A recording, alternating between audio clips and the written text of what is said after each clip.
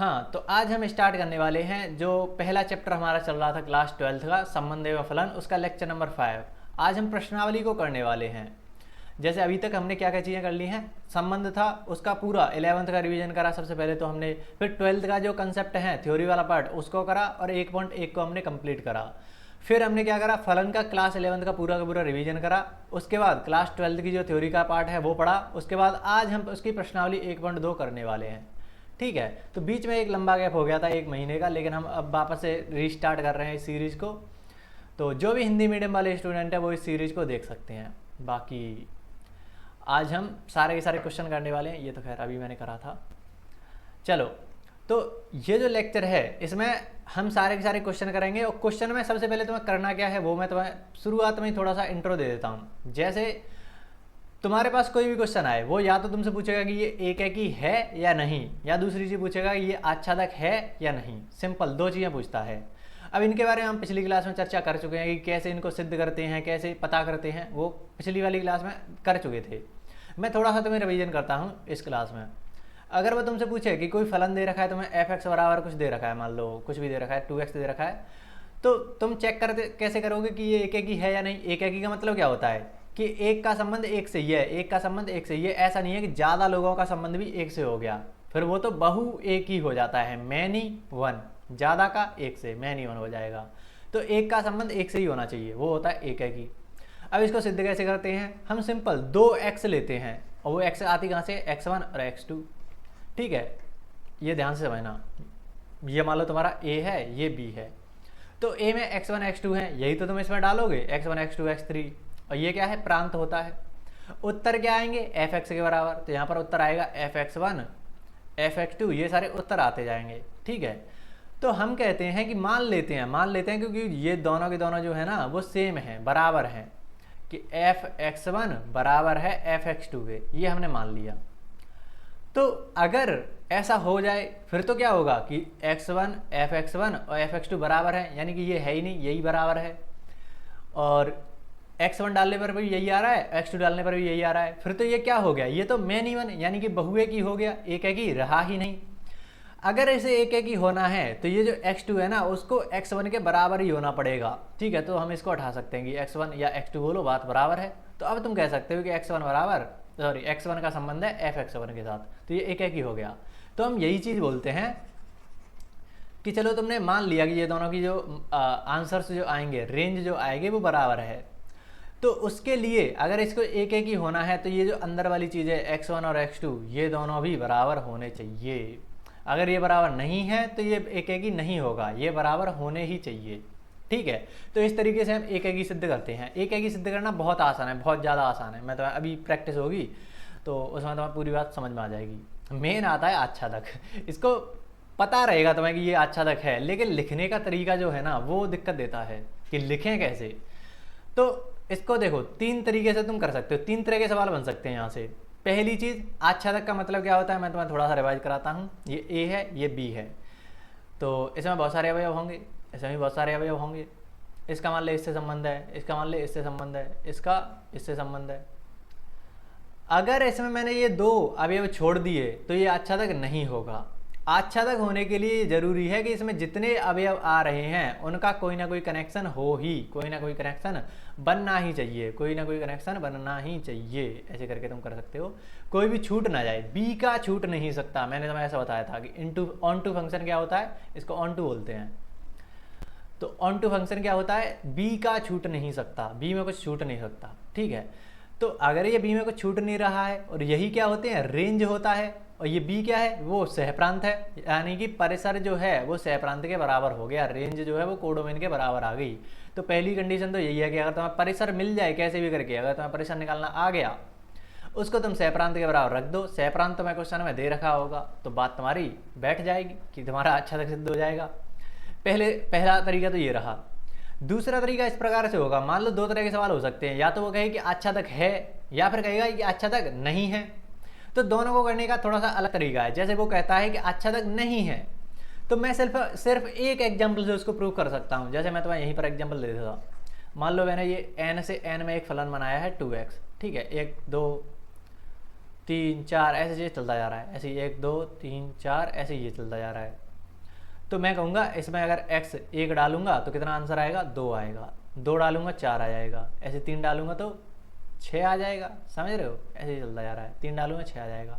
तो यहाँ पर तुम देख रहे हो बी में छूट रहे हैं, 1 छूट गया, 3 छूट गया, 5 छूट गया, तो ये छूट रहे हैं, यानी कि ये अच्छा तक नहीं होगा। तो हमें बस एक एग्जाम्पल की जरूरत है कि इस चक्कर में ये नहीं होगा। तो मैं इस 3 को उठा लूंगा या 5 को उठा लूंगा, किसी को भी उठा लूँ। मैं कहूँगा जो 3 है ना वो तो बिलोंग कर रहा है एन को, ये वाला एन, ये 3 जो है वो एन में तो आता ही है, एन को लिख भी दो चलो सह प्रांत में।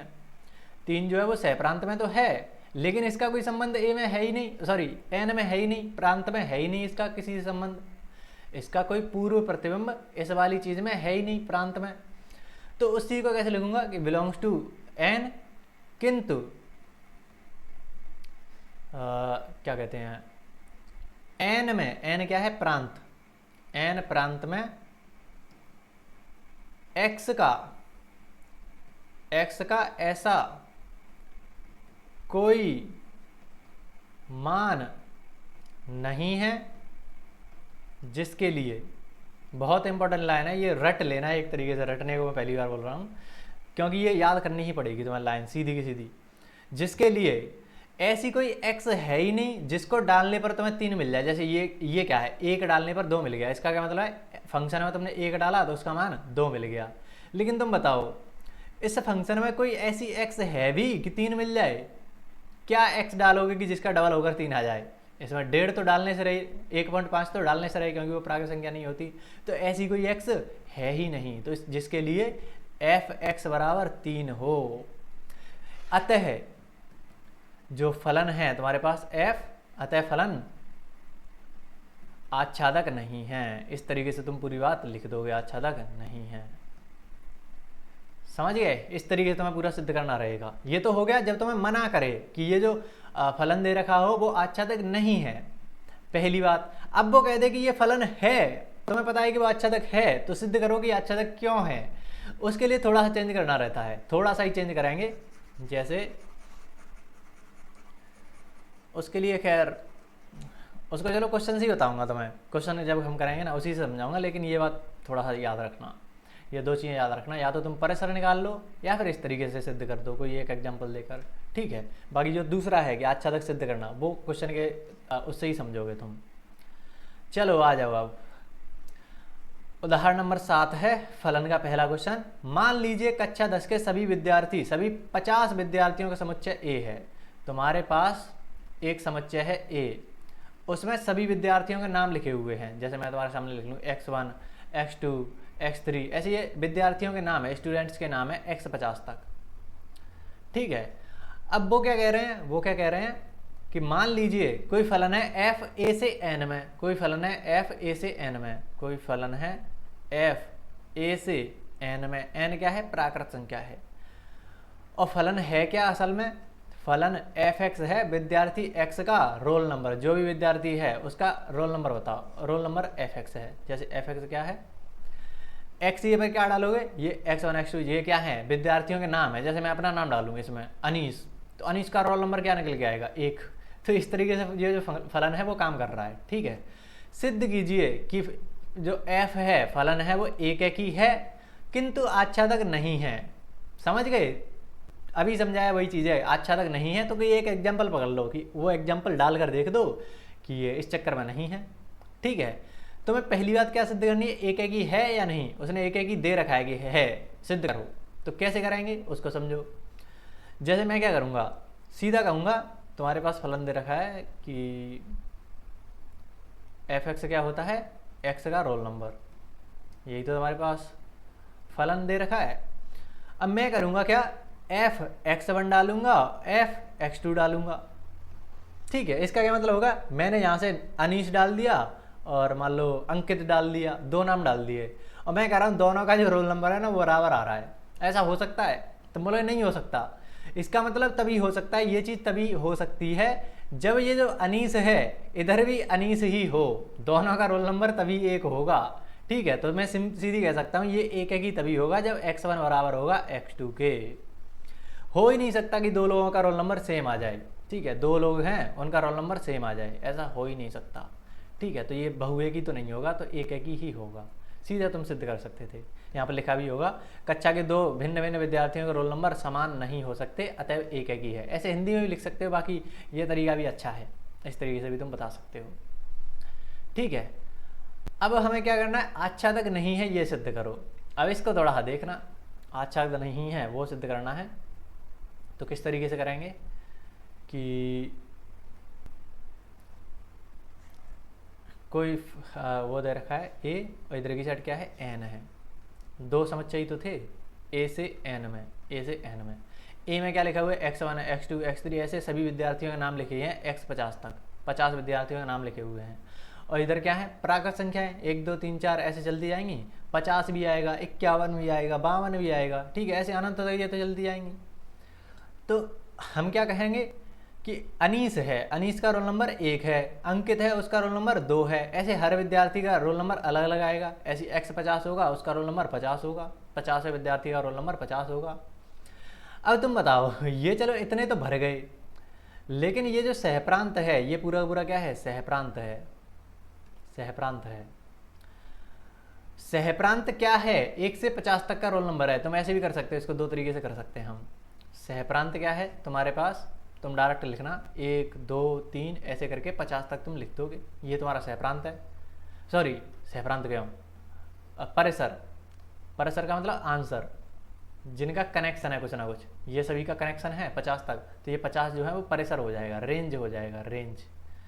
लेकिन सहप्रांत क्या है हमारे पास, सहप्रांत क्या है हमारे पास, सहप्रांत तो 1 से लेकर अनंत तक है, 1 से बढ़ाते या 50 पे आकर रुक थोड़ी ना जाएगा। तो ये दोनों के दोनों क्या हो गए, बराबर तो नहीं है, परिसर और सहप्रांत बराबर नहीं है। परिसर इज नॉट इक्वल टू सहप्रांत, परिसर जो है वो सहप्रांत के बराबर नहीं है। अतः जो फलन है वो आच्छादक नहीं होगा, आच्छादक नहीं होगा। पहला तरीका हो गया सिद्ध। ठीक है, इतने पर तुम रुक सकते हो। अगर तुम्हें ये चीज़ समझ में आ गई तो, समझ में तो आएगी होगी। बाकी इसका एक और तरीका है, देखो मैं सीधा कह सकता हूँ कि ये जो 52 है या 51 है, उसका कोई भी पूर्व प्रतिबिंब इसमें है ही नहीं, इसका कुछ कनेक्शन ए में है ही नहीं। तो मैं सीधा बोलूँगा कि ये जो 51 है ना, वो परिसर सहप्रांत में तो आ रहा है। 51 जो है वो बिलोंग कर रहा है एन को, यानी कि सहप्रांत में तो वो है, सहप्रांत में तो है, क्योंकि 51 बिलोंग्स टू एन, सहप्रांत। किंतु ए में, समुच्चय ए यानी कि प्रांत में x का ऐसा कोई मान अस्तित्व में नहीं है, क्या बोलते हैं उसको, अस्तित्व नहीं है, एग्जिस्ट नहीं करता। x का ऐसा कोई मान एग्जिस्ट यानी कि अस्तित्व नहीं करता, या सीधा ऐसा x का कोई मान नहीं है जिसके लिए, सीधी लाइन लिख रहा है, जिसके लिए क्या हो कि उस x को तुम डालो और तुम्हारे पास क्या निकल के आ जाए, 51 आ जाए। कोई ऐसा स्टूडेंट का नाम बता दो जिसका रोल नंबर 51 आ जाए। 50 बच्चों की क्लास है, उसमें से ऐसा कौन सा बच्चा है जिसका 51वां रोल नंबर होगा, नहीं हो सकता ना, 50 तक ही रोल नंबर हो सकते हैं। तो यही है, फिर हम अतः लिखकर सीधा बोल सकते हैं कि ये आच्छादक नहीं होगा। दोनों तरीके समझ में आए, आच्छादक नहीं होगा, दोनों तरीके समझ में आने चाहिए। उदाहरण वगैरह में क्या दे रखा है वो भी तुम पढ़ लेना, सेम चीज़ है, मैंने जो समझाई है वही चीज़ दे रखी है, पढ़ो एक बार। अगला उदाहरण देखो तुम, अब अगला उदाहरण देखते हैं। सिद्ध कीजिए कि तुम्हें फलन दे रखा है f(x) = 2x, प्रदत्त फलन जो है वो n से n में है। n का मतलब मैं समझा चुका हूँ पहले ही सारी चीज़ों का, कि ये पहले वाला जो आता है वो तो आता है प्रांत, ये दूसरे वाला क्या होता है, सहप्रांत। ठीक है, परिसर नहीं पता, परिसर निकल रहा है तो मज़ा आ जाएगा। उसने बोल रखा है कि ये क्या कहते हैं, एकेकी तो एकेकी है किंतु आच्छादक नहीं है। तो वही है तरीका, दो तरीके से मैंने तो बताया था। चलो करते हैं इसको। तुम्हारे पास एकेकी सिद्ध करना है, एकेकी चलो तुम खुद से भी एक बार सिद्ध करना, कि मैं सिंपल कहूँगा कि x1, x2 बिलोंग्स टू किस में है, n में है, n में है। n क्या है यहाँ पर, प्रांत है। प्रांत जो है उसमें x1 x2 दो नंबर्स हैं। ठीक है, तो मैं कहूँगा f(x1) = f(x2), अबे यार, हाँ ठीक है सही है। तो फिर तुम क्या करोगे, मान लो ये फलन तो तुम्हारे पास यही है ना, एफ एक्स बराबर 2x। अगर मैं यहाँ पर 1 लगा दूँ तो यहाँ पर भी 1 आएगा, यानी कि एफ एक्स वन की वैल्यू क्या आएगी 2x1 बराबर एफ एक्स टू की वैल्यू क्या आ जाएगी 2x2। डायरेक्ट तुम्हें दिख रहा होगा 2 से 2 हट जाएगा, x1 बराबर x2, और ऐसा होते ही तुम डायरेक्ट बोल दोगे ये एक ही है। एक और तरीका है, तुम एग्जाम्पल लेकर डायरेक्ट कर दो कि मान लो मैं कहूँ कि x के ऊपर मैं 1 डाल रहा हूँ, तो उसका क्या मान आएगा 2 आएगा। सॉरी इससे नहीं होगा, ऐसी होगा। अब आच्छादक तुम्हें सिद्ध करना है। आच्छादक तो सबसे पहले इसे समझो कि जैसे मैं 2 बनाता हूँ, n से n में दे रखा है, तो इसमें भी 1 2 3 4 ऐसे अनंत तक, 1 2 3 4 ऐसे ये अनंत तक, ठीक है। 1 डालने पर मुझे 2 मिलेगा, 2 डालने पर मुझे 4 मिल जाएगा, 3 डालने पर मुझे 6 मिल जाएगा, लेकिन 3 1 5 ये सारे तो छूटते जा रहे हैं। तो मैं 3 को पकड़ लूँ कि 3 जो है ना वो बिलोंग तो कर रहा है n को, ये मैंने अभी स्लाइड में लिखा था सहप्रांत, किंतु n में n जो प्रांत है, किंतु समुच्चय n जो कि प्रांत है, प्रांत n में x का ऐसा कोई मान नहीं है, x का ऐसा कोई मान नहीं है जिसके लिए तुम x को डालो और तुम्हें 3 मिल जाए। ऐसी x है ही नहीं कि जिसको तुम डालो और 3 मिल जाए, 3 तो मिल ही नहीं रहा ना। तो अतः आच्छादक नहीं है, सीधी सी बात तुम लिख सकते हो। दूसरा तरीका क्या है इसका, दूसरा तरीका है, दोनों तरीके सीखा करो। चलो दूसरा तरीका क्या है, मैं सीधी सीधी बोलूँगा कि ये रहा मेरे पास n, ये रहा मेरे पास n से n में फलन दे रखा है, यहाँ पर भी 1 2 3 4 ऐसे चल रहा है, ठीक है, अनंत तक जाएगा, 1 2 3 4 5 6 ऐसे चलता जा रहा है, ठीक है। इसके बहुत सारे तरीके हो सकते हैं इसको करने के, लेकिन मैं जो 2 तरीके हैं उनको बताता हूँ। अब तुम बताओ फलन के हिसाब से इसके परिसर बताओ, परिसर कितना होगा। 1 का संबंध होगा 2 से, 1 डालोगे तो तुम्हें 2 मिल जाएगा, 2 डालोगे 4 मिल जाएगा, फलन का मतलब डबल कर रहा है ये 2x। 3 डालोगे तो तुम्हें 6 मिल जाएगा, 4 डालोगे तो तुम्हें 8 मिल जाएगा। यानी कि जो परिसर आ रहा है उसमें कौन कौन से अवयव आ रहे हैं जरा बताओ तो। परिसर जो आ रहा है उसमें 2 आ रहा है, 4 आ रहा है, 6 आ रहा है, 8 आ रहा है, ऐसे ही तो आता जा रहा है, सारे के सारे विषम संख्याएं आ रही हैं। और हमारा सहप्रांत क्या था, n है, सहप्रांत n है। n क्या होता है 1 2 3 4 ऐसे करके, क्या ये दोनों तुम्हें बराबर दिख रहे हैं। परिसर और सहप्रांत बराबर नहीं है, तो इस चक्कर में ये आच्छादक नहीं होगा। दोनों तरीके समझ में आ रहे हैं, आच्छादक नहीं होगा। दोनों तरीके से तुम कर सकते हो, कोई भी दिक्कत नहीं है। उदाहरण नंबर 9, फिर से यहाँ पर थोड़ा सा चेंज होगा यहाँ पर अभी n था और यहाँ पर r आ चुका है। कह रहा है कि ये एक भी है, आच्छादक भी है। अभी तो कह रहा था कि एक ही तो है लेकिन आच्छादक नहीं है। अब जैसे ये r से r में बदला तो ये आच्छादक भी हो गया। अब कैसे हो गया वो समझते हैं। तुम्हारे पास फलन क्या दे रखा है, एफ एक्स बराबर 2x, ठीक है। सबसे पहली बात एक की सिद्ध करना। अब तो कर दोगे ना, f(x1) बराबर f(x2) करो, इसके हिसाब से देखो 2x1 हो जाएगा बराबर 2x2 हो जाएगा, 2 से 2 हटा, x1 बराबर x2 हो गया एक की सिद्ध। आच्छादक देखो, आच्छादक पहले समझो इसको, इस तरीके से समझा करो। r से r में दे रखा है। अब देखो तुम इसमें यहाँ पर कुछ ऐसे तो नहीं लिख सकते कि 1 2 3 4 चालू कर दो। रियल नंबर्स को हमने बात करी थी कि कभी भी तुम एक रोस्टर रूप में नहीं लिख सकते, रोस्टर रूप में नहीं लिख सकते। ये क्या है, एक तरीके से रोस्टर रूप ही तो होता है। रोस्टर रूप को तुम एक एरो डायग्राम में दर्शा देते हो, तो इसमें तुम डायरेक्ट कुछ नहीं लिख सकते, ठीक है। अब आच्छादक कैसे सिद्ध करें फिर भैया, तो इसको करने के क्या बताएं। जैसे मैं तुम्हारे सामने कोई भी ले रहा हूँ, मैं अगर 1 कहूँ तो 1 का डबल 2 आ जाएगा। 1.9 की कहूँ, सॉरी ऐसे मैं कर सकता हूँ, 0 माइनस के भी कुछ ले सकता हूँ, माइनस के भी ले सकता हूँ, प्लस के भी ले सकता हूँ। तो इसको करने का देखो, हाँ वो तो भूल ही गए हम। ये कह रहा है आच्छादक है, हमारे पास 2 ही तो केस बन रहे थे। एक तो होता है नेगेटिव कि आच्छादक नहीं है, या फिर होता है पॉजिटिव कि आच्छादक है। तो ये पॉजिटिव वाला केस है। अब इसको करना भी सीखो कि किस तरीके से इसको करते हैं, इसका अलग तरीका है, ठीक है।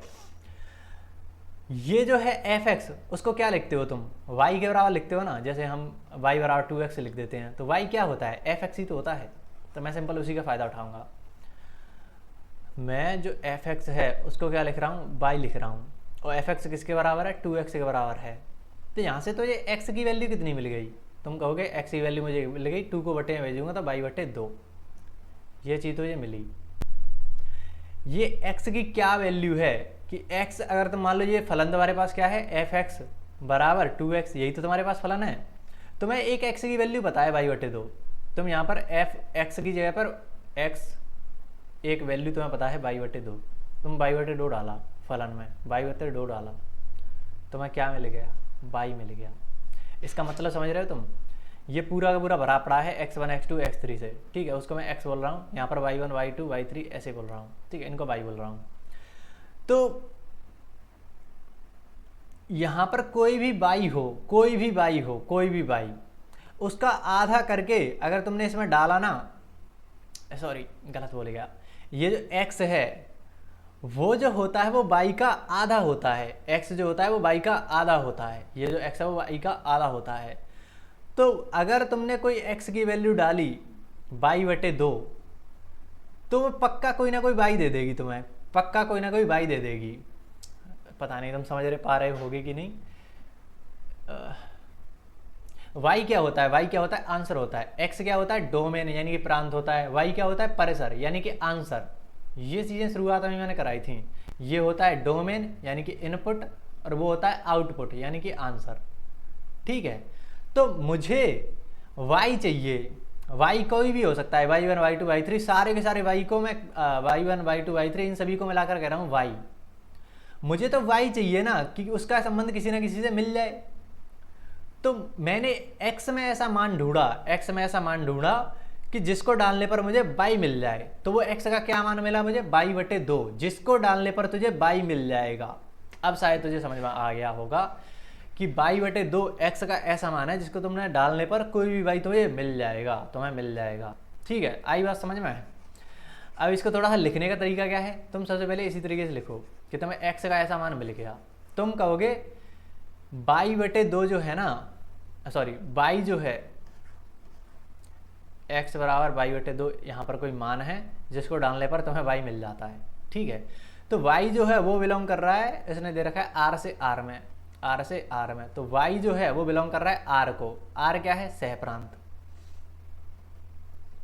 के लिए ये जो r है प्रांत r, या r जो है प्रांत वाला, r में x बराबर क्या, y बटे 2 का अस्तित्व है, मतलब ये होता है जिसे डालने पर तुम्हें वो चीज़ मिल जाती है, का अस्तित्व है, जिसके लिए अस्तित्व है, जिसके लिए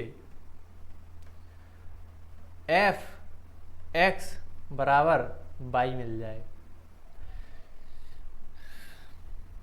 समझे, या ऐसे कर लिया करो, एफ एक्स बराबर y मिल जाए, और तुम डायरेक्ट यहाँ पर एक्स ये पर क्या डाल कर देखो, y बटे 2 डालोगे, ठीक है। और तो f y बटे 2, फलन क्या है हमारा 2x, ऐसे एक लाइन में लिखो चलो,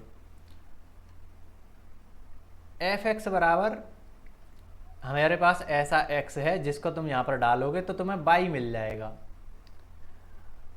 और y होता क्या है, ये वाली चीज़, y बराबर 2x ही तो है, एफ एक्स और y बराबर है तो वो किसके बराबर है, 2x के बराबर।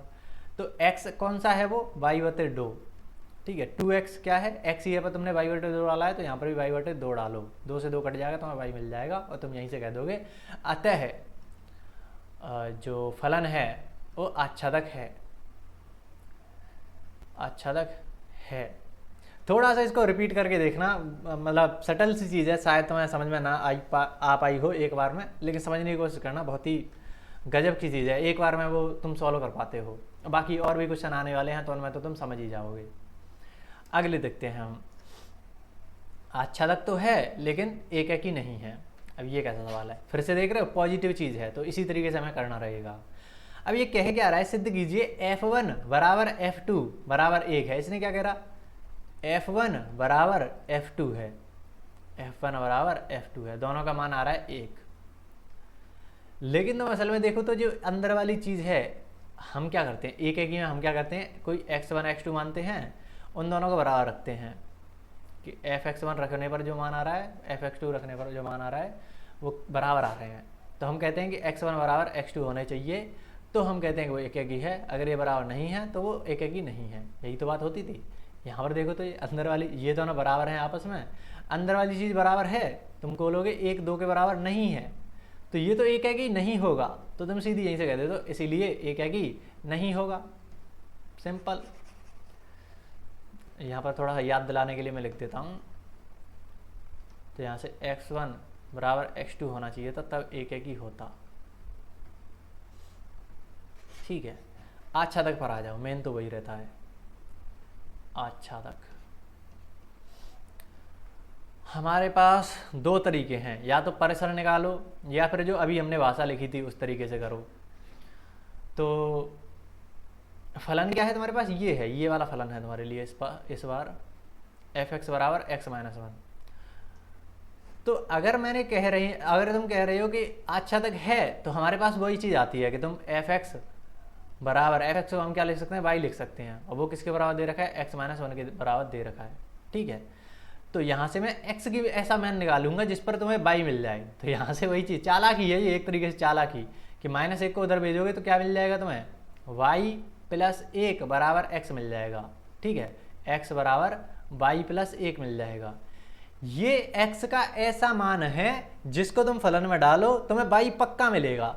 तो अगर सारे के सारे y मिल रहे हैं तो वो आच्छादक ही होगा, क्योंकि कोई y छूट ही नहीं रहा। ठीक है, ये लॉजिक रहता है हमारा।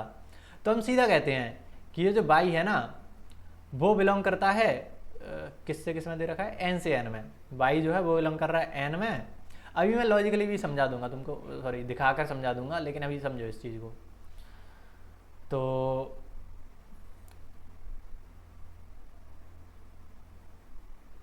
हाँ ठीक है, ये बिलोंग कर रहा है n को, n क्या है यहाँ पर, सह प्रांत है के लिए प्रांत r में, n प्रांत में, n में x बराबर y प्लस 2 का अस्तित्व है। ये मान है x का अस्तित्व है, जिसको तुम डालोगे फलन में तो तुम्हें हर एक y मिल जाएगा। तो x बराबर y प्लस 1 का अस्तित्व है, जिसके लिए देख रहे हो सेम भाषा का इस्तेमाल कराया मैंने, जिसके लिए f(x) बराबर y होगा, और y क्या है हमारा, x माइनस 1 के बराबर है। ठीक है, तो मैं यहाँ पर x पर y प्लस 1 डालूंगा, y प्लस 1 डालूंगा। तो मैं इस चीज़ में डाल कर देखो, x पर y प्लस 1 डाल रहा हूँ मैं, -1, एक से एक हट जाएगा, तुम्हारे पास y मिल जाएगा। अतः हम कह सकते हैं कि ये आच्छादक होगा। लास्ट में लिख देना अतः फलन आच्छादक है, लिखो चलो यहाँ पर नीचे लिख देना अतः फलन आच्छादक है। ठीक है, इस तरीके से तुम प्रूफ कर सकते हो। लेकिन थोड़ा सा तुम्हें लग रहा है कि पता नहीं क्या कर दिया ये, हमें तो समझ में ना आ रहा, फील नहीं आ रही तुम्हें।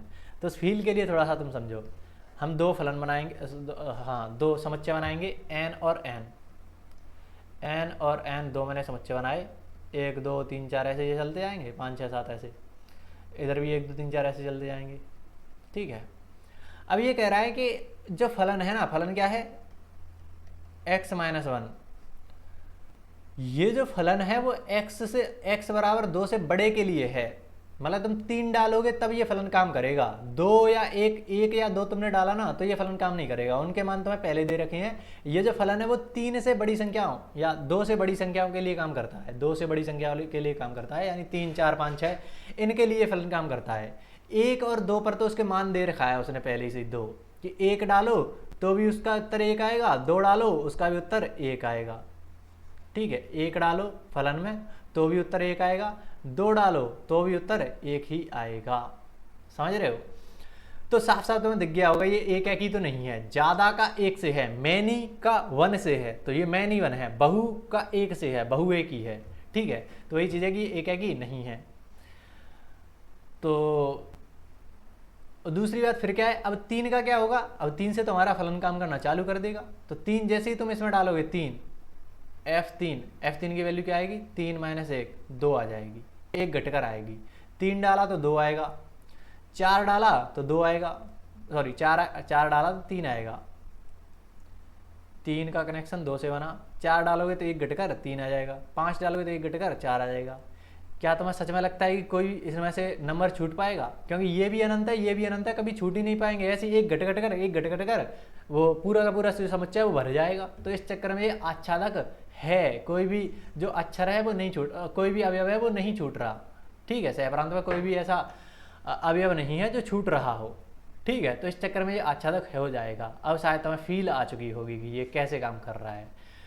ठीक है, तो बाकी लिखने का तरीका तो इसी का इस्तेमाल करना है, ये जो मैंने यहाँ पर लिखा है वो। अगला क्या आता है? उदाहरण नंबर 10 भी हो चुका है। आगे क्या है? उदाहरण नंबर 11 करो। चलो, एक सिद्ध करना है कि एक फलन दे रखा है एक्स स्क्वायर द्वारा परिभाषित फलन एफ आर से आर में ना तो एकैकी है ना आच्छादक है। इसको भी पहले समझ लेते हैं। चलो, इससे फील ले लेते हैं पहले। फील, ये आर है, ये आर है। ठीक है, आर से आर में ये दे रखा है फलन। फलन का नाम क्या है? एफ एक्स बराबर एक्स स्क्वायर। आर में बहुत सारे अवयव होंगे, एक्स आर इसमें भी बहुत सारे अवयव होंगे, अनंत अवयव होंगे, सारे सारे रियल नंबर्स हैं, वास्तविक संख्याएं हैं। अब तुम बताओ, यहाँ पर मान लो लिखे हुए हैं सारी सारी x1 x2 x3, ये सारे सारे लिखे हुए हैं। ऐसे इधर क्या आएंगे फिर y1 y2 y3, ये सारे के सारे आंसर्स आ रहे हैं। तुम बताओ ये जो एक्स स्क्वायर है, एक्स स्क्वायर करता क्या है? जैसे ही तुम मान लो यहाँ पर डालो 5 तो कितना उत्तर देगा? 25।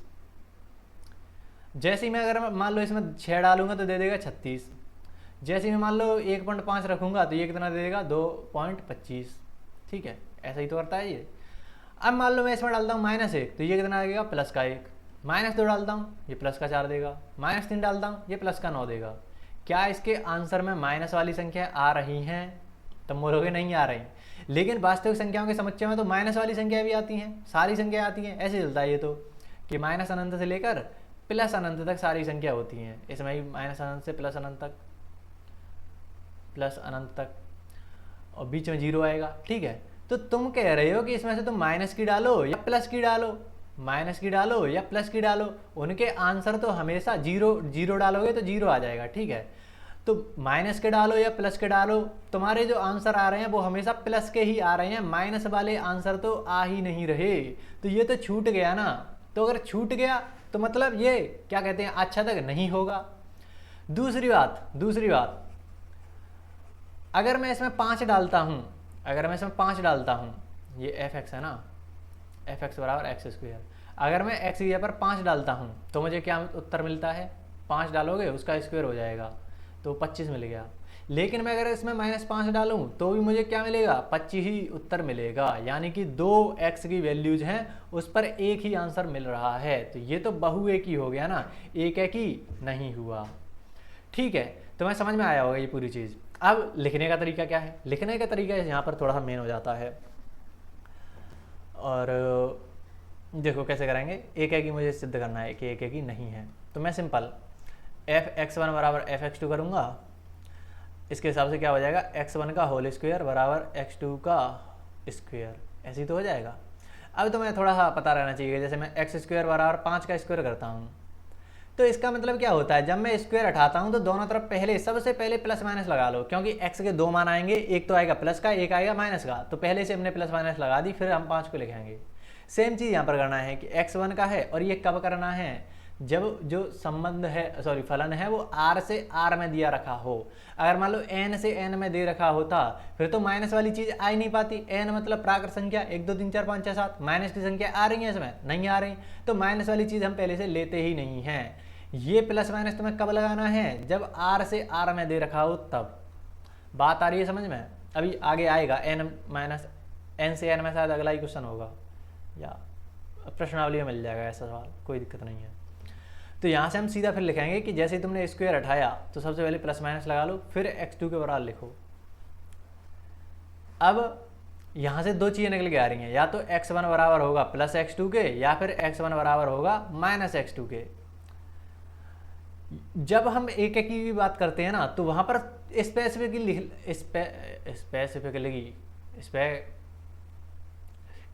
लिखा आता है कि x1 बराबर होगा x2 के। ठीक है, और ये ओनली लिखा आता है, क्या मीनिंग होती है उसकी? स्पेसिफिकली, स्पेसिफिकली, अबे यार हटाओ इसको, स्पेसिफिकली, स्पेसिफिकली, अरे चलो, ओनली लिखा आता है, ठीक है। विशिष्ट रूप से, हिंदी में चलो बोलता हूँ, विशिष्ट रूप से वहाँ पर ओनली लिखा ही आता है कि केवल यही होना चाहिए, इसके अलावा कुछ नहीं आना चाहिए। यहाँ पर x1 x2 के बराबर थोड़ी ना है, उसके माइनस के बराबर है। तुम कहो 5 जो है वो -5 के बराबर है, नहीं हो सकता ये कभी भी। 5 5 के ही बराबर होगा, -5 के ही बराबर होगा। -5 और 5 में तो जमीन आसमान का अंतर है, ठीक है। तो ये एक तरीके से केवल हमें यही चीज़ चाहिए रही होती है, लेकिन यहाँ पर तो दो चीज़ें आ गई। इसका मतलब ये बहुएक ही होगा, एक एक ही नहीं होगा। बात आ गई समझ में? ये एक एक ही नहीं होगा। अब आच्छादक कैसे करें भैया? आच्छादक करने का ये इसका थोड़ा सा सिंपल तरीका है। ऐसे जितने भी सवाल होते हैं उनको करने का आसान तरीका है। x² x³ इनको आसानी से तुम कर सकते हो। देखो कैसे, समझ में तो तुम्हें आ ही होगा कि आच्छादक ये नहीं होगा, क्योंकि माइनस वाली चीज़ें तो रह ही जा रही थी। तो हम सीधा लिखते हैं कि f(x) बराबर क्या है? x² है।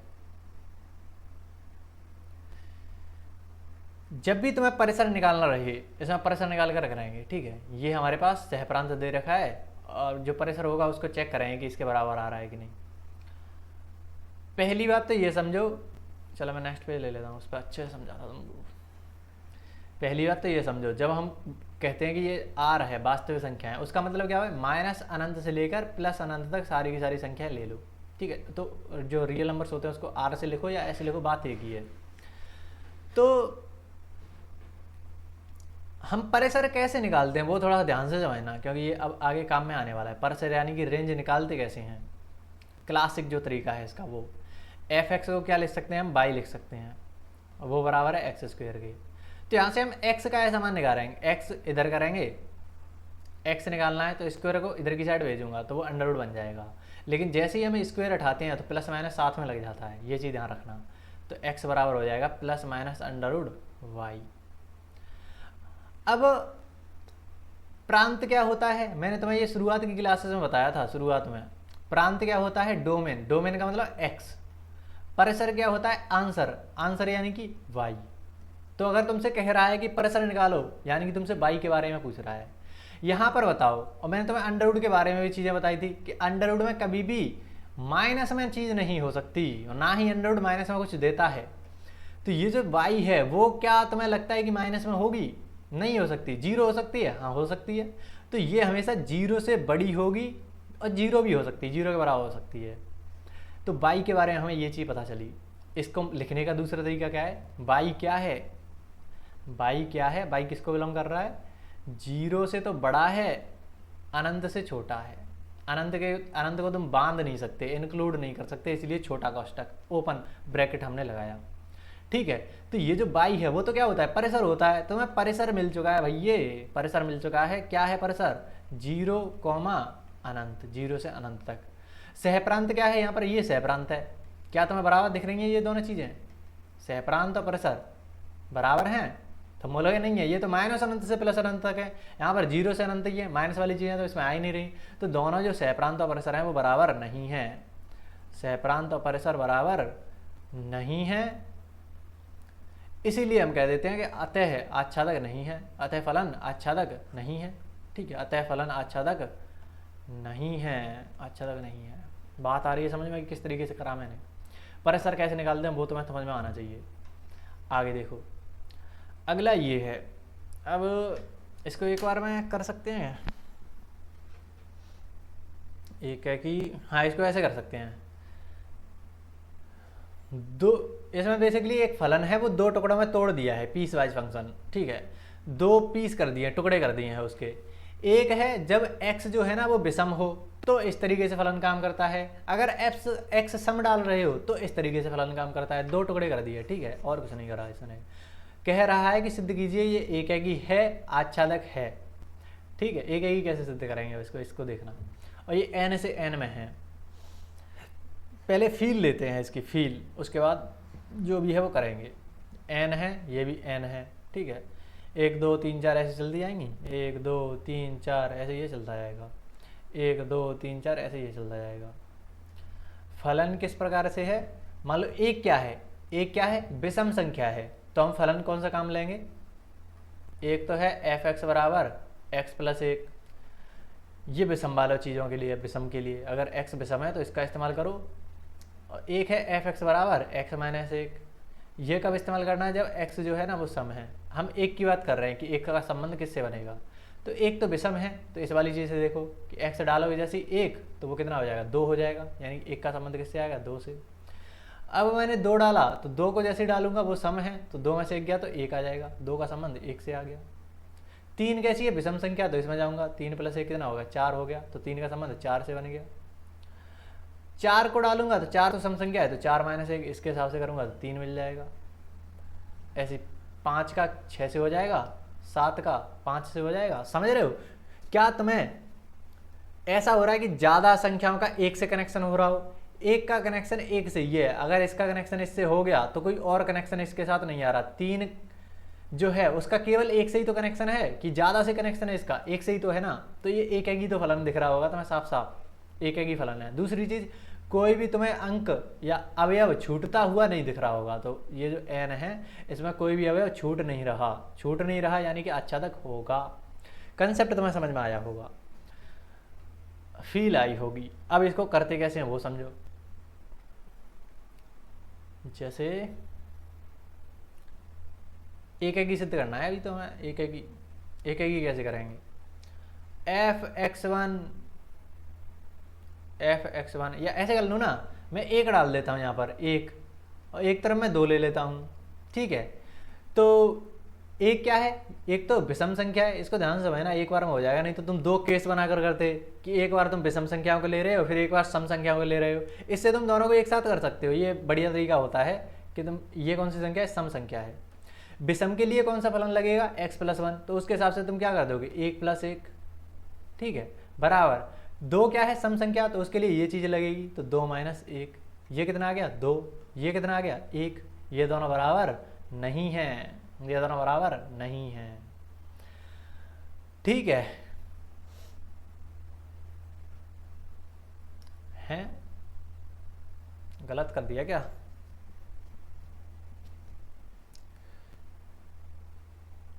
अरे ये तो बराबर आने चाहिए थे, ऐसा हो सकता है, एफ एक्स कट जाएगा ये तो। एक मिनट रुको, ऐसा ही एक और सवाल है, उसमें सेम अप्रोच लगता है, ये कहाँ से आ गई, सेम अप्रोच लगता है और एक बार में हो जाता है ये सवाल, यहाँ पर शायद कुछ अलग होगा।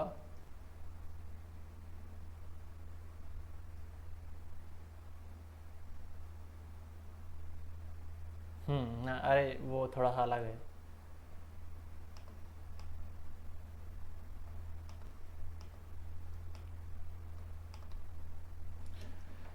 यहाँ पर देखो गड़बड़ क्या हुई थी, ये तुमने एफ वन का मान कितना आ रहा है, दो, एफ टू का मान कितना है, एक। जब ये दोनों बराबर होते तब हम चेक करते थे, हमने ऐसे नहीं कर सकते इस चीज़ को, ठीक है। ये दोनों बराबर ही है ही नहीं तो हम कर कैसे सकते हैं, ठीक है। तो इसको अलग अलग केस ही बनाने पड़ेंगे यहाँ पर।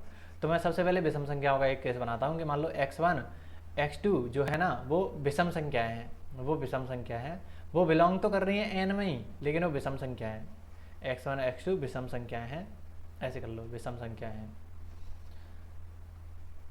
जिनके लिए एफ एक्स वन बराबर एफ एक्स टू होगा, तो अब तुम डायरेक्ट रख सकते हो, विषम संख्या है तो फलन कैसे काम करेगा, एक्स वन प्लस वन बराबर x two plus one, one से बन जाएगा एक्स वन बराबर एक्स टू आ जाएगा, ठीक है, एक ही होगा। लेकिन सम संख्या के लिए चेक करते हैं, अब हमने ले लिया एक्स वन और एक्स टू सम है, तो इसके लिए फिर से हम एफ एक्स वन बराबर एफ एक्स टू, और सम है तो कौन सा फलन काम करेगा, एक्स माइनस वन वाला, यानी एक्स वन माइनस वन बराबर x two minus one, minus one से माइनस वन हटेगा, एक्स वन और एक्स टू आ जाएगा, दोनों से हमारा सिद्ध हो गया, यानी कि एक्स वन एक्स टू सम हो या विषम हो, ये चीज़ तो एक ही होगा, अतः ये एक ही होगा।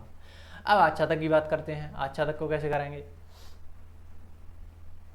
तो आच्छादक को कैसे करेंगे, आच्छादक है पॉजिटिव अर्थ में पूछ रहा है, वो पॉजिटिव अर्थ में पूछ रहा है, तो या तो इसका तुम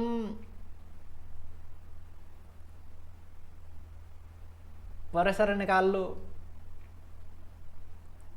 या तो तुम इसका परिसर निकाल दो, या फिर दूसरा तरीका तुम्हें अपनाना पड़ेगा।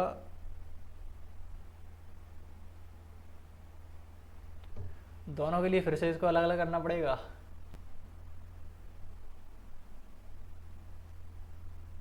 चलो दोनों के लिए अलग अलग करके देखते हैं, या चलो मैं एक बार पहले वाला तरीका ट्राई करता हूँ, शायद आ जाए उससे, कि परिसर निकालने वाला, परिसर निकालना। ठीक है, अच्छा तक हमें सिद्ध करना है। पहला जो तरीका है, मेथड नंबर 1 मैं इस्तेमाल करने जा रहा हूँ, वो है परिसर निकालो।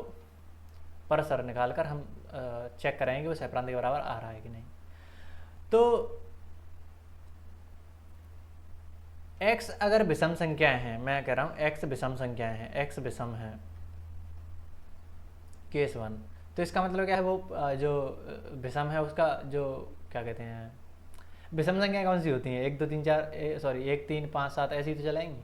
ठीक है, इनको डालने पर हमारा उत्तर क्या आता है, जैसे तुम 1 डालो, x डालने पर इसका परिसर क्या आता है fx का, तुम कहोगे 1 डालने पर ये वाली चीज़ काम करेगी, 1 + 2 आ जाएगा, 3 डालोगे तो 1 बढ़कर 4 आ जाएगा, 6 आ जाएगा, 8 आ जाएगा, ऐसे चलता जाएगा। ठीक है, अगर x सम हो तो x सम है, सम को संख्या कौन सी होती है, 2 4 6 8। ठीक है, अगर इनको तुम डालते हो तो ये वाले फलन में डालोगे x - 1, 2 डाला तो 1 कम होकर क्या आ जाएगा, परिसर मिलेगा इसका 1, 4 डालोगे 3 मिल जाएगा, 6 डालोगे 5 मिल जाएगा, ऐसे ही मिलता जाएगा। ये दोनों के दोनों परिसर हैं। अगर x विषम हो या सम हो, दोनों के लिए अगर हम बात कर रहे हैं, तो फिर क्या हो जाएगा, इन दोनों परिसर को जोड़ दो। ठीक है ना, कि अगर हमारे पास दे क्या रखा है, प्रांत क्या है, n है, n में 2 ही प्रकार की संख्या हो सकती है, या तो विषम होगी या सम होंगी। ठीक है, दोनों संख्याओं को अगर तुम मिला दो तो वो पूरी पूरी प्राकृत संख्या की लाइन बन जाएगी।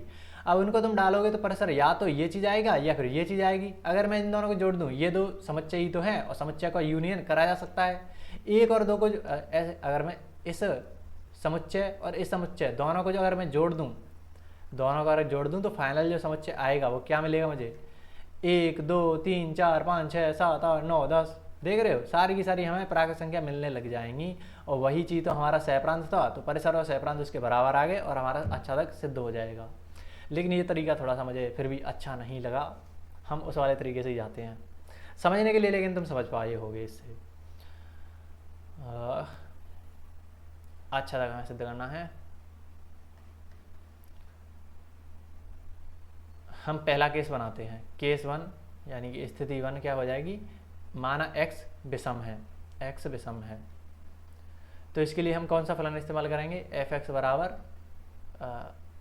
x + 1, और fx किसी के बराबर होता है y के, यहाँ से x की क्या वैल्यू मिलेगी तो y - 1, तो हम सीधा कहेंगे कि y तो बिलोंग कर रहा है किस में, n में, सहप्रांत में, सहप्रांत में के लिए y बिलोंग्स टू n के लिए प्रांत n में या n में x बराबर y - 1 का अस्तित्व है,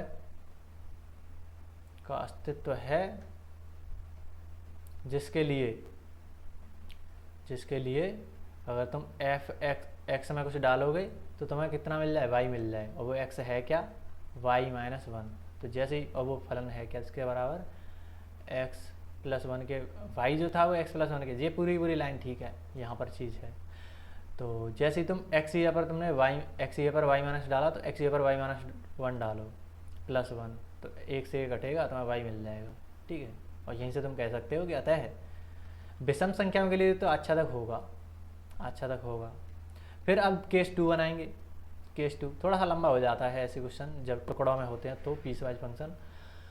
तो x सम है, केस 2 है, x सम है, इसका मतलब क्या है, हम इस वाले फलन का इस्तेमाल करेंगे कि fx बराबर x - 1, और fx तो बराबर होता है y के, x यहाँ से क्या मिलेगा, y + 1। मैं सीधा कहूँगा कि y बिलोंग्स टू n है, और यहाँ पर सारी चीज़ें लिख लोगे, n जो है वो सहप्रांत है के लिए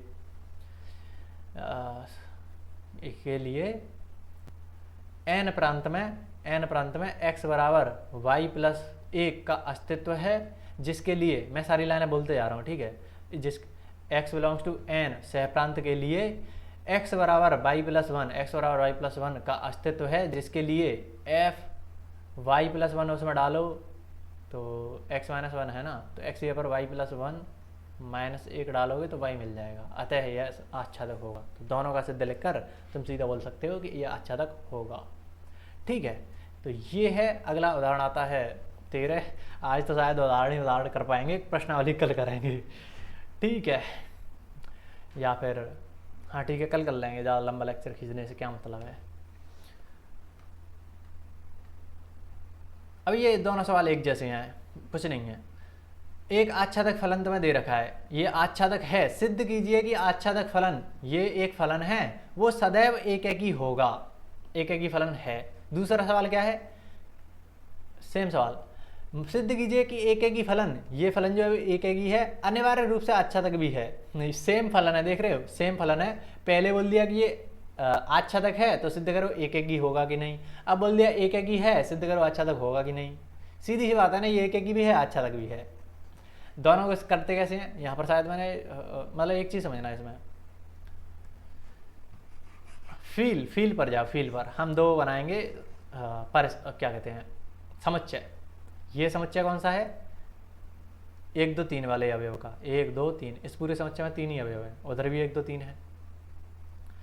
ये कह रहा है ये आच्छादक फलन है, यानी कि इनमें से कोई भी छूटना नहीं चाहिए, इनमें से कोई भी चीज़ छूटनी नहीं चाहिए। तो इनका कोई ना कोई संबंध होगा। मान लो 1 का संबंध 2 से हो गया, 2 का संबंध मान लो 1 से हो गया, 3 का संबंध 1 से हो गया, तो कोई छूटा तो नहीं। अगर मुझे अगर इनमें से मुझे कोई भी नहीं छोड़ना, तो मुझे किसी ना किसी तो संबंध बनाना पड़ेगा। तुम कह सकते हो हम छोड़ सकते हैं भैया, हम छोड़ देंगे इसको, हम इस क्वेश्चन को भी गलत साबित कराएंगे। तो 1 2 3 1 2 3 तुमने ऐसा करा कि हम तो छोड़ेंगे। हम 1 का कनेक्शन बताते हैं, मान लो 2 से, 2 का कनेक्शन बना दे 1 से, अब मैं 3 को छोड़ना है, तो मैं इसका कनेक्शन बना दूँ इससे, छूट गया ना। तो मैं बोलूँगा ये तुमने गलत कर दिया। क्या गलत कर दिया, हाँ गलत कुछ नहीं करा, लेकिन ये चीज़ क्या हो गई, तुमने जैसे ही ये बोला कि आच्छादक नहीं है, ये आच्छादक नहीं है, तो तुरंत तुमने ये भी कह दिया कि ये एक ही भी नहीं होगा, एक ही भी नहीं होगा। क्यों नहीं होगा, साफ साफ देखो, दो चीज़ों का, दो चीज़ हैं, उनका उत्तर कितना आ रहा है, 1 आ रहा है, तो ये तो बहु एक ही हो जाता ना। मैनी का 1 से है, ज़्यादा का 1 से है, तो मैनी 1 हो गया, एक ही नहीं बचा। अगर ये उसने दे रखा है कि आच्छादक है, तो पक्की बात है कि वो एक ही होगा, 1 का संबंध 1 से ही होगा, ज़्यादा का हो ही नहीं सकता, क्योंकि ज़्यादा का 1 से हो गया फिर तो कोई ना कोई छूट जाएगा ना। ज़्यादा का 1 से हो गया फिर तो कोई ना कोई अवयव छूटना पक्का है। ठीक है, तो इस चक्कर में बोलेंगे कि अगर ये आच्छादक है, अगर ये आच्छादक है कि कोई छूट नहीं रहा, तो पक्की बात है कि 1 का संबंध 1 से ही होगा, एक ही होगा। उल्टा सोचो, अगर उसने दे दिया कि ये एक ही है, तो ये आच्छादक ही होगा, ऐसा हो ही नहीं सकता कि आच्छादक नहीं हो। कि अगर तुमने 1 का संबंध 1 से बना रहे हैं, मान लो मैं फिर से इसको लिखता हूँ, 1 2 3 1 2 3। मान लो तुमने इसको एक ही उसने दे रखा है, तो एक ही बनाओ, तुमने ऐसा कुछ एक ही बना दिया। सच में लगता है कि कोई छूट पाएगा? अगर तुमने एक ही बनाया तो नहीं छूट पाएगा, अगर तुम छोड़ना चाहो तो भी नहीं छोड़ पाओगे, क्योंकि एक ही, अगर मान लो तुमने ऐसा कर दिया कि हमने 3 को छोड़ दिया, तो फिर ये एक ही भी नहीं रहा। और एक ही तो क्वेश्चन में दे रखा है कि एक ही है, तब चेक करोगे ये आच्छादक है कि नहीं। तो तुम्हें पहले एक ही तो बना लो। अब देखो इनमें से कोई भी अवयव नहीं छूटा। ऐसे यहाँ पर उसने बोल रहा है कि आच्छादक है, तो मैंने कोई भी नहीं छोड़ा, तो अब चेक करो ये एक ही है कि नहीं। तुम बोलोगे है, होगा पक्का होगा। तो ये चीज़ तुम्हें समझ में आई होगी। अब इसको लिखते कैसे हैं वो चीज़, सेम सवाल है। देख रहे हो, आच्छादक उसने कहा, फिर पूछ रहा है कि सदैव एक ही होगा, सिद्ध करो। यहाँ पर उसने एक ही बोल दिया कि ये तो एक ही है, कि 1 2 3 1 2 3, 1 का संबंध 1 से, 2 का संबंध 2 से, 3 का संबंध 3 से, तो ये आच्छादक भी होगा, कोई भी छूट नहीं सकता। तो इसको समझने के लिए तुम सिंपल इतनी याद रखो कि जितने अवयव प्रांत में हैं, उतने ही अवयव अगर सहप्रांत में हो जाए, क्या बोलेंगे इसको, नंबर ऑफ एलिमेंट्स इन प्रांत बराबर हो जाए नंबर ऑफ एलिमेंट्स इन सहप्रांत।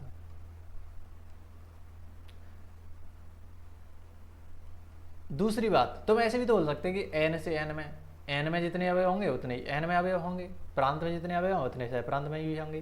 तो इस चीज़ को काटने के लिए हम एक और लाइन बोलेंगे कि जो प्रांत है ना, वो परिमित होने चाहिए। ऐसा नहीं है कि अपरिमित बना दो, अनंत बना दो, परिमित हैं। ये 3 चीज़ें ही तो हैं, गिन सकते हो तुम। परिमित का मतलब जिन्हें तुम गिन सकते हो, अपरिमित नहीं लेना है। जैसे ये अपरिमित है कि 1 2 3 4, ये कभी खत्म नहीं होगा, हमें खत्म होने वाली चाहिए, परिमित चाहिए। तो अगर ऐसा कुछ कंडीशन बैठती है कि जो प्रांत और परिसर है वो क्या कहते हैं, परिमित भी हैं, परिमित भी हैं। तो हम सीधा सीधा कह सकते हैं कि वो जो फलन होगा वो एक एकी भी होगा, एक एकी भी होगा और आच्छादक भी होगा, एक एकी आच्छादक दोनों होगा। आगे बात समझो, ये शायद एनसीईआरटी में भी दे रखा होगा कि कोई फाइनाइट परिमित समुच्चय x के लिए सत्य है। एक एकेकी फलन x से x में सेम अवयवी तो थे, जैसा यहाँ पर है वैसा ही समुच्चय यहाँ पर है, तो वही चीज़ है, इधर भी x है इधर भी x है, और x क्या है, एक परिमित समुच्चय है, परिमित समुच्चय x, ठीक है। वह एक ही फलन है तो वह आच्छादक भी होगा, तथा प्रत्येक परिमित समुच्चय के लिए, परिमित समुच्चय x के लिए एक आच्छादक फलन अनिवार्यतः एक ही भी होगा, ठीक है। सीधी सी बात है, अगर कोई एक ही फलन है और वो परिमित समुच्चय में दे रखा है इस तरीके से कि जो चीज़ यहाँ पर है, जो चीज़ यहाँ पर है, उसी चीज़ से उसी चीज़ में हम जा रहे हैं, दोनों परिमित हैं, तो अगर ये एक ही है तो आच्छादक भी होगा, अगर आच्छादक है तो एक ही भी होगा। सिंपल सी चीज़ है, ठीक है। तुम सीधी सीधी बात लिख सकते थे इसको। अब आ जाते हैं प्रश्नावली पर। प्रश्नावली को कल कर लेंगे। कल क्यों, मैं तो अभी करूँगा, लेकिन तुम्हारे लिए कल आ जाएगी वीडियो। तो इसमें भी 12 क्वेश्चन हैं। अभी तक हमने उदाहरण कितने करे थे, 7 से, और ये कितने आ गए, 14, 8 क्वेश्चन कर लिए, ठीक है। चलो 8 बहुत है, लेकिन तुम्हें आज समझ में आ गई होंगी चीज़ें। मैं थोड़ा समझा कर चल रहा था, इस चक्कर में अब ये प्रश्नावली करोगे तो उसमें स्पीड में हो जाएंगी सारी चीज़ें, स्पीड में चलेंगी ये तो, क्योंकि तुम्हें चीज़ें समझ में आ चुकी हैं। और जितने लोग ऑफलाइन ज्वाइन करना चाहते हैं वो मुझे बता देना, मैसेज कर देना मेरे को। ऑफलाइन क्लासेस भी चलती हैं बोर्ड्स के लिए, एनडीए के लिए भी जल्द ही मैं डिटेल्ड लेक्चर बनाना स्टार्ट कर दूंगा, ठीक है। तो वो जो मेन चैनल है उस पर जाएंगे एनडीए वाली, और वो काफ़ी डिटेल्ड होंगे। इस बार तो मैं काफ़ी डिटेल्ड सोच रहा हूँ, शायद यूट्यूब पर इतना हो डिटेल में।